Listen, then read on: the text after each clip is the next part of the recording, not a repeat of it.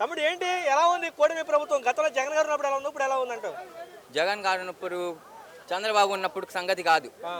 మేము చిన్న పాండ్రక గ్రామం నుంచి రావాలి. జగన్ అభిమానం మీద మేము వస్తున్నాం.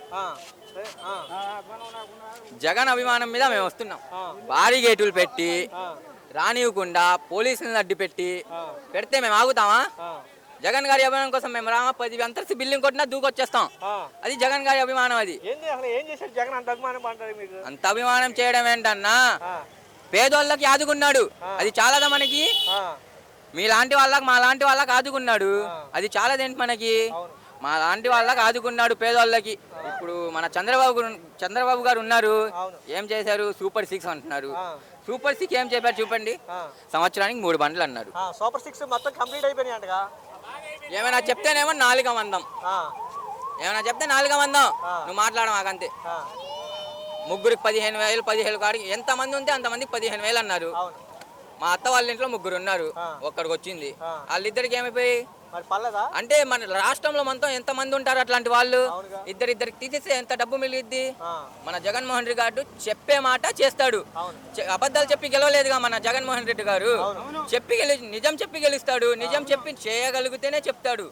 నా దగ్గర సత్తా ఉంది, అది చేస్తా అన్న దాన్ని బట్టే చెప్తాడు జగన్మోహన్ రెడ్డి.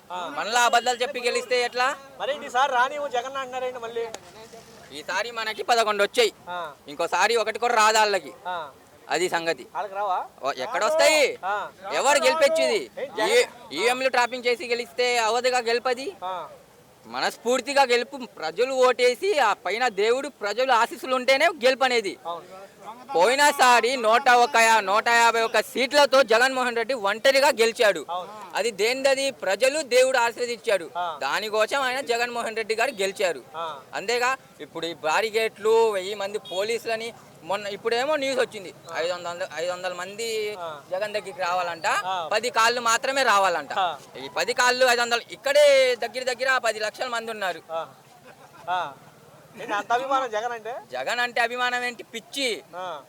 అది మెడ కోసుకోమన్న జగన్మోహన్ రెడ్డి ఇట్లా కోసుకొని ఇక్కడ పడిపోతా. జగన్మోహన్ రెడ్డి అంత అభిమానం. అది మాటలు చెప్పే వాళ్ళు 100 మాటలు చెప్తారు. చెప్పి గెలిచి మోసాలు చేసి అబద్ధాలు చెప్పి మాటలు చెప్పే వాళ్ళు 100 మంది చెప్తారు.